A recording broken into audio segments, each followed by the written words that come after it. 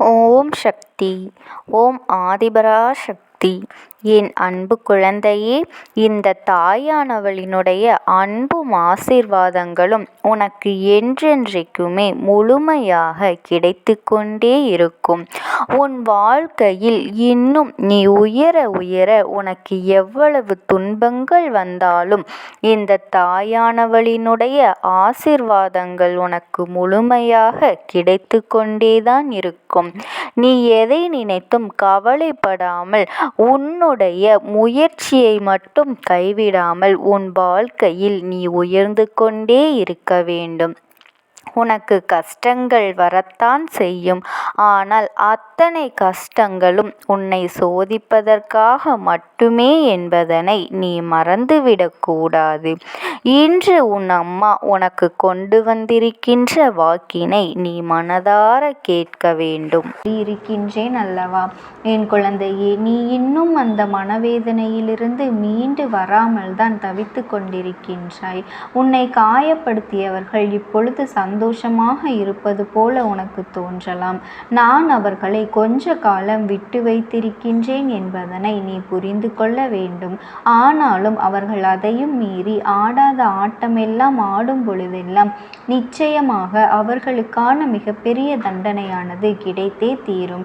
என் செல்ல குழந்தையின் மனதை காயப்படுத்தியதற்கான தகுதி பலனை அவர்கள் அனுபவிக்கத்தான் போகின்றார்கள். உன்னை வேண்டுமென்றே மனவேதனைக்கு ஆளாக்கிவிட்டு அங்கே அவர்கள் சந்தோஷமாக இருக்கின்றார்கள். உனக்காக முழுமையான ஆதரவு யாரும் இல்லை என்ற காரணத்தினால்தான் உன்னை மனவேதனை அடைய செய்து உன்னை கொடுமைப்படுத்தி சந்தோஷம் கண்டு கொண்டிருக்கின்றார்கள்.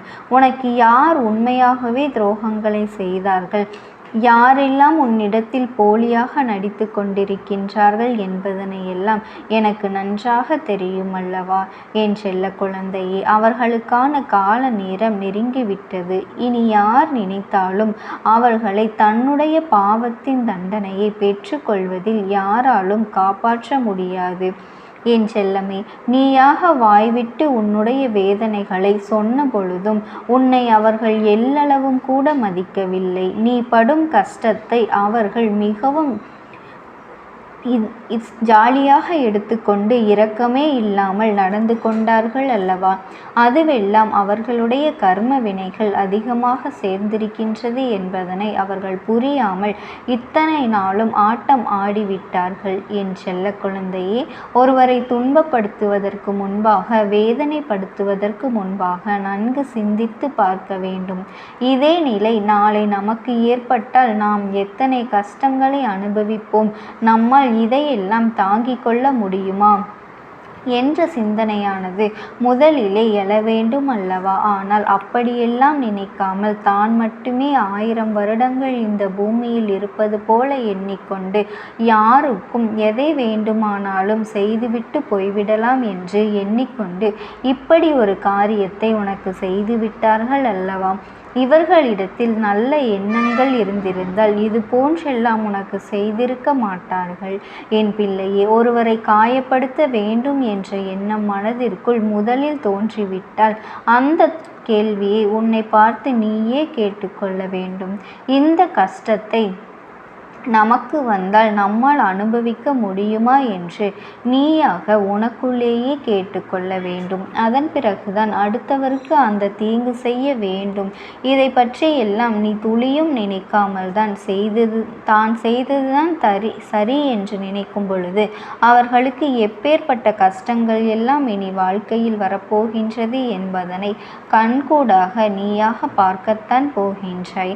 அந்த கஷ்டங்கள் எல்லாம் அவர்கள் வாழ்க்கையில் வந்து அனுபவிக்கும் பொழுதுதான் செய்ய நினைத்ததுதான் எவ்வளவு பெரிய தவறு, இதற்கு எப்படியெல்லாம் தண்டனை கிடைக்குமா என்றெல்லாம் அவர்களாகவே உணர்வார்கள். என் தங்க பிள்ளையே, இப்பொழுதெல்லாம் மற்றவர்களுக்கு தவறுகளை செய்வதும் மற்றவர்களை பற்றி தரக்குறைவாக பேசுவதும் நிறைய பேருக்கு பொழுதுபோக்காக இருக்கின்றது அல்லவா.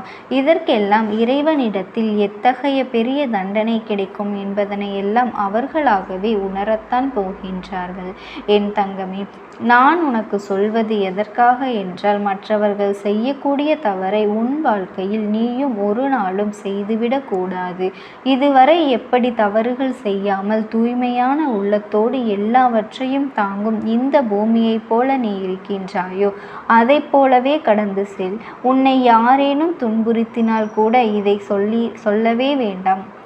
இப்படி செய்வது உன் அறத்திற்கு ஆகாது. இது உன்னுடைய பாவத்தை உன் வாழ்க்கையில் அதிகமாக சேர்க்கும். அது உனக்கு மட்டுமல்ல, உன்னுடைய குடும்பத்திற்கும் சேர்க்கும் என்பதனை எல்லாம் அவர்களிடத்தில் சொல்லிவிட்டு நீ கடந்து வந்துவிடு. அதையெல்லாம் பொருட்படுத்தாமல் ஒருவர் தனக்கு தண்டனைகளை இறைவன் கொடுக்க மாட்டார் என்று நினைத்து கொண்டு இப்படி செய்கின்றார்கள் என்றால் அவர்களுக்குரிய பலன் நிச்சயமாக அவர்களுக்கு கிடைத்தே தீரும். அவர்களுக்கு எப்படிப்பட்ட தண்டனைகள் கிடைக்கும் தெரியுமா? அவர்கள் வாழ்க்கையில் எல்லாவற்றையும் இழந்து நிச்சயமாக நடுத்தெருவிற்கு வந்து விடுவார்கள். ஏனென்றால் அவர்கள் யாரை கஷ்டப்படுத்தினார்களோ, யாரை வேதனைப்படுத்தினார்களோ, அவர்கள் மனவேதனைப்பட்டு சொல்லக்கூடிய ஒவ்வொரு வார்த்தைகளும் நிச்சயமாக பலிக்கத்தானே செய்யும். அதையெல்லாம் அவர்கள் பயன்படுத்தி கொள்ளவில்லை. இனி அவர்கள் செய்கின்ற செயல்கள் எல்லாம் அவர்களுக்கு எதிராகவே திரும்ப போகின்றது. நாளை எதுவுமே இல்லாமல் எல்லாவற்றையும் இழந்து தெருவில் நிற்கும் பொழுது அப்பொழுதுதான் என்ன தவறு செய்தோம் என்பதனை அவர்களாகவே உணர்வார்கள். என் செல்ல குழந்தையே, அந்த நேரத்தில் நிச்சயமாக உன்னிடத்தில் வந்து உன் காலில் விழுந்து மன்னிப்பு கேட்பார்கள். நான் அன்று அந்த குழந்தைகளுக்கு நல்ல அறிவினை புகட்டி மீண்டும் நல்ல வாழ்க்கையை அமைவதற்கு உன்னிடத்திலே முடிவினை எடுப்பதற்கு நான் ஒரு வாய்ப்பினை கொடுக்க போகின்றேன். என் செல்ல குழந்தையே, இந்த வாய்ப்பினை நீ வேண்டாம் என்று சொன்னாலும் நான் நிச்சயமாக கொடுக்கத்தான் போகின்றேன். அப்பொழுதும் அவர்கள் திருந்தவில்லை என்றால் நிச்சயமாக அவர்கள் மரணம் வரை அவர்களுக்கான தண்டனையை நீடித்து கொண்டே இருக்கும் என்பதில் எந்தவித மாற்று கருத்தும் இல்லை. இவர்களை எல்லாம் நினைத்து கொண்டு நீ உன் முகத்தை சோகத்தோடு வைத்து கொண்டு இருக்காதே. என் தங்கமே, உன்னிடத்தில் என்னென்ன வேண்டுதல்கள் இருக்கின்றதோ அதையெல்லாம் என்னிடத்திலே நீ வந்து ஒப்படைத்து விடு. எவ்வளவு சோகங்களையும் வலிகளையும் வேதனைகளையும் தாங்கிக் கொள்கின்றாய் என்பதனை எல்லாம் உன் முகத்தை பார்க்கும் பொழுது இந்த தாயானவள் எனக்கு நன்றாக தெரியும். அதனை என்னால் புரிந்து கொள்ள முடிகின்றது. உன் பாவமான முகத்தை பார்த்தும் உனக்கு இப்படிப்பட்ட காரியங்கள் எல்லாம் செய்கின்றார்கள் என்றால் அவர்கள் நிச்சயமாக தண்டிக்கப்பட வேண்டியவர்கள்தான். என் குழந்தையே, இனி அவர்களுக்கு என்ன செய்ய வேண்டுமோ அதையெல்லாம் நான் பார்த்து கொள்கின்றேன். நீ உன்னுடைய வாழ்க்கையில் இனி நிம்மதியாக வாழ வேண்டும். உன்னுடைய ஆசைகளை எல்லாம் நான் நிச்சயமாக நிராசையாக மாறவிட மாட்டேன்.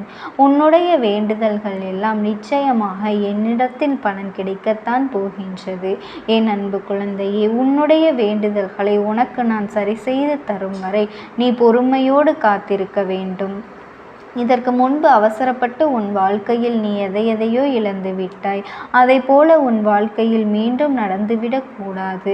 அதனால் உனக்கானவற்றை எல்லாம் நான் மெல்ல மெல்ல செய்து தரும் பொழுது அது உன் வாழ்க்கையில் நிரந்தரமாக இருந்து உனக்கு எப்பொழுதுமே சந்தோஷத்தை கொடுத்து கொண்டே இருக்கும்.